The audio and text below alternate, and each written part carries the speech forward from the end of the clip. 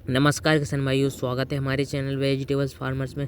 अगर आपको वीडियो पसंद आए तो एक लाइक ज़रूर कर देना और चैनल पर नए हो तो सब्सक्राइब जरूर कर लेना।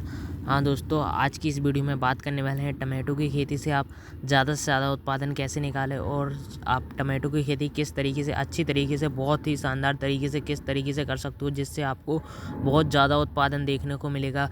मैं ऐसा नहीं बता रहा, बहुत से लोग हैं जो यूट्यूब पर वीडियो बनाते हैं, कहते हैं कि आप 1 एकड़ से 1 लाख रुपए कमा सकते हो, 2 लाख रुपए कमा सकते हो, लेकिन वो आपको सही तरीके से शेड्यूल नहीं बनाते और सही तरीका नहीं बताते। जिससे होता क्या है, आप उनको उनकी वीडियो देखकर खेती तो कर लेते हैं, लेकिन आप उन तरीके के जो है उत्पादन नहीं निकाल पाते, जिससे आपको बहुत ही ज़्यादा लॉस देखने को मिल सकता है। और जो है सही तरीके से बिल्कुल बहुत सही तरीका नहीं बताते, जिससे आपको सही दवा का स्प्रे, सही फर्टिलाइज़र का A to Z जानकारी नहीं देते। जिससे होता क्या है, बहुत से किसान भाई हैं जो यूट्यूब पर वीडियो देखकर खेती तो कर लेते हैं, लेकिन होता क्या है, उनको बहुत सारी समस्या देखने को मिलती है और बहुत ज़्यादा खर्च हो जाता है उनका, क्योंकि वो फालतू का खर्च करते रहते हैं और उनको जो ज़्यादा से ज़्यादा उत्पादन देखने को भी नहीं मिलता, और जिससे उनको खेती में बहुत ज़्यादा से ज़्यादा लॉस होने के ज़्यादा चांस रहते हैं। जिसकी वजह से होता क्या है, बहुत से लोग हैं जो पहली बार खेती करते हैं, दूसरी बार तो वो जो खेती करते हैं वो अगर आपको 1-2 बार लॉस हो जाता है तो वो होता क्या है कि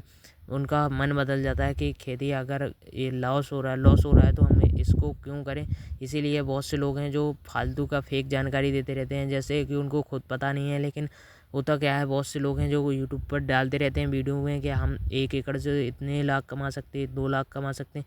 ऐसा नहीं है, कमा नहीं सकते, कमा तो आप सकते हो, लेकिन इसके लिए बेहतर तरीका होना चाहिए, अच्छी तरीके से आपको पता होना चाहिए और बहुत अच्छी तरीके से बेहतर ध्यान देना ज़रूरी है। जब आपकी फसल शानदार रहेगी तभी आप ज़्यादा से ज़्यादा उत्पादन कमा पाओगे, और सही तरीक़े से अगर आप खेती करोगे तो ही आप ज़्यादा से ज़्यादा फसल से ज़्यादा उत्पादन निकाल पाओगे। तो चलिए वीडियो स्टार्ट करते हैं किसान भाइयों। देख सकते हैं यहाँ पर अभी हमने 20 से 25-30 दिन, यहाँ पर 30 दिन हमारा ये फसल को लगाए प्लांटेशन किए हुए हो चुका है। और देख सकते हो यहाँ पर हमने पिछली वीडियो में भी आपको A to Z जानकारी दी है। जो हमने यहाँ पर फर्टिलाइज़र इस्तेमाल किए हैं वो उसके बारे में हमने A to Z जानकारी दी है, और इस वीडियो में भी आपको वीडियो के माध्यम से A to Z जानकारी देंगे किसान भाइयों। देख सकते हो बहुत ही शानदार तरीके से यहाँ पर फल फूल आ रहे हैं, जो हमारे अच्छी तरीके से सेटिंग हो रहे हैं। और इसमें देख सकते हो वायरस भी इसमें बिल्कुल भी नहीं है, मतलब बिल्कुल ना के बराबर है। थोड़ा मोड़ा तो रहता है क्योंकि फसल ज़मीन पर लगी हुई है और यहाँ पर पॉली वॉली हाउस नहीं है, तो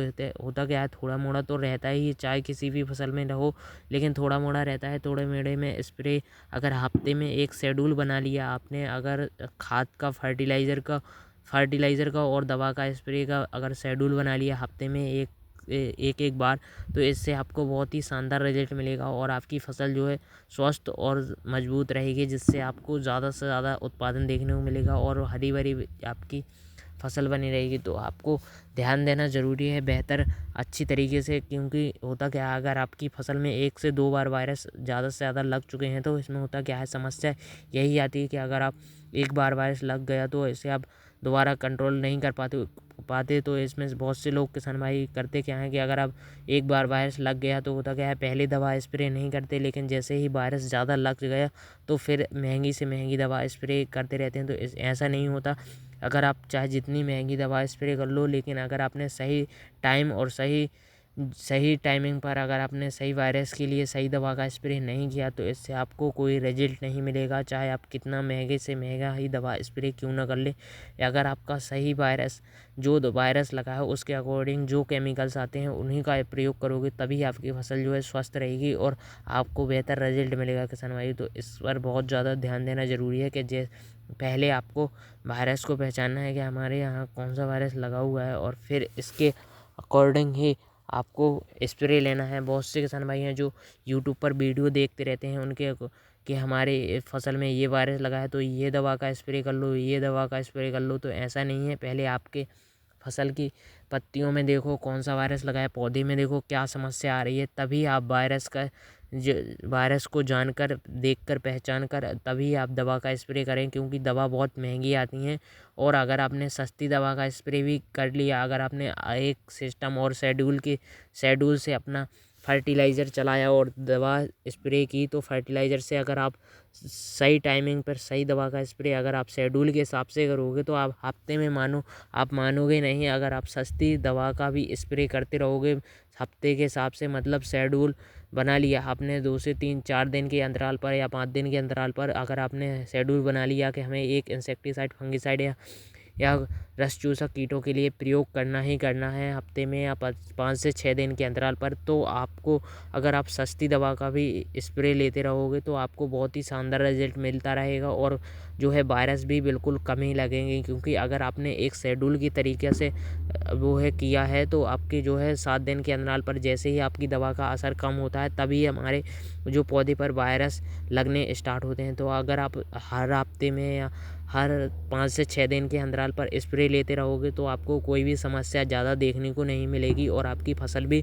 स्वस्थ रहेगी किसान भाई। तो इस बात पर ध्यान देना ज़रूरी है, जो हमने पहले बताया हुआ है तो उस पर ध्यान देना ज़रूरी है। और अगर किसान भाइयों, अगर आपने भी टमाटो की खेती कर रखी है तो आपको अगर कुछ प्रकार की समस्या आ रही है जैसे कि फफूंदनाशक, तो इसके लिए आपको किसान भाइयों करना क्या है, अगर आप भी टमाटो की खेती करते हो तो पहली बात ध्यान रखना है कि आपको हफ्ते में एक बार फंगिसाइड का स्प्रे ज़रूर लेना है। और एक रस चूसक कीटों के लिए आप किसी भी टॉनिक इंसेक्टिसाइड का स्प्रे ले सकते हो, जैसे कि अलीगा आता है हमारे, सोलोमन आ सकता है, डाइफिथ्रोन आ सकता है, एक्टोमोप्राइड आते हैं। ऐसे इंसेक्टिसाइड हैं जो हमें हफ्ते में बदल कर स्प्रे लेना है, जो हमारे रस चूसक कीटों के लिए जल्दी से कंट्रोल करते हैं। तो किसान भाइयों, रस चूसक कीटक ही हमारे यहाँ जो है फसलों में ज़्यादा फसलों को ख़राब करते हैं, जैसे कि सफ़ेद मक्खी, वाइट फ्लाई एफिड जैसे थ्रिप्स, ये सारी समस्या बहुत सी खेतों में लगती हैं तो ये बहुत सी फसलों में पूरी की पूरी ख़राब कर देती हैं। तो इस पर बहुत ज़्यादा ध्यान देना ज़रूरी है, क्योंकि इससे यही कारण सफ़ेद मक्खी का अटैक से ही हमारी जो है फसल बहुत ज़्यादा ख़राब हो जाती है जी। टमाटो में होता क्या है, leaf curl virus, late blight, early blight, ये बहुत ज़्यादा समस्या आती है। झुलसा रोग ये बहुत ज़्यादा मात्रा में हमारे यहाँ देखने को मिलते हैं। इसके वायरस की वजह से हमारी पूरी की पूरी फसल ख़राब हो सकती है। तो किसान भाई देख सकते हो यहाँ पर अभी हमने टमाटो की पत्तियों की कटिंग की हुई है, इसका हम जो है हमने किस वजह से की है और इसका फ़ायदा क्या है किसान भाइयों, वो हम आपको इस वीडियो में बताने वाले हैं। देख सकते हो यहाँ पर कितनी ज़्यादा अच्छी तरीके से शाखाएँ भी निकली हुई है और पौधे को अच्छी तरीके से धूप भी मिल रही है। और धूप के साथ साथ यहाँ पर जो हमारी हवा जो है ऑक्सीजन अच्छी तरीके से पौधे के यहाँ पर पहुँच रही है। और जिससे रोशनी पहुँचने की वजह से होता क्या है, हमारी जो पौधे की जो छोटी छोटी शाखाएँ निकलती हैं, देख सकते हो कितनी बेहतरीन तरीके से यहाँ पर फुटाव हुआ है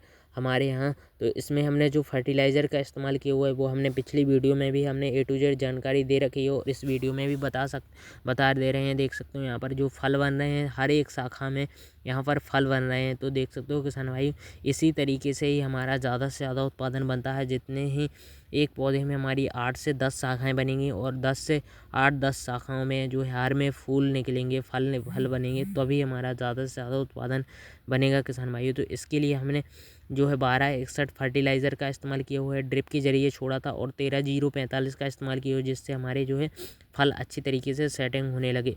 तो इसीलिए किसान भाइयों हमने यहाँ पर पत्तियों की कटिंग इसलिए की हुई है। देख सकते हो यहाँ पर हम अच्छी तरीके से स्प्रे भी कर सकते हो। जो होता क्या है, हमारी जो पुरानी पत्तियाँ हो जाती हैं तो इसमें वायरस लगना स्टार्ट हो जाता है। तो इसीलिए हमने यहाँ पर जो हमारी ज़्यादा पुरानी हो गई थी पत्तियाँ, जो पीली पड़ने थोड़ा थोड़ा वायरस धब्बा पड़ने लगा तो हमने उसको कट करके फेंक दिया और हमने यहाँ पर स्प्रे ले लिया है अल्ट्राकोल UPL साफ फंगिसाइड। अल्ट्राकोल का भी आप वायर का आता है, तो आप अल्ट्राकोल का स्प्रे उसके साथ UPL साफ फंगिसाइड का स्प्रे करते रहो हफ्ते में एक बार हफ्ते में। और अगर आपको ज़्यादा समस्या वायरस की देखने को मिल रही तो आप जो है, और इसके लिए हमने अलग से वीडियो भी बना दिया है, तो उस पर जाकर भी देख सकते हो। और पत्तियों की कटिंग अगर आप भी करते हो तो इससे आपको बहुत ही शानदार रिजल्ट मिलेगा किसान भाइयों, और बहुत बेहतर आपको दवा का स्प्रे होता रहेगा और जो है ज़्यादा से ज़्यादा शाखाएँ निकलेंगी और ज़्यादा से ज़्यादा उत्पादन बनेगा किसान भाइयों। और फर्टिलाइज़र का शेड्यूल बता दें तो आपको हफ्ते में 1 से 2 kg अगर आपके फल निकलने लगे हैं तो आपको NPK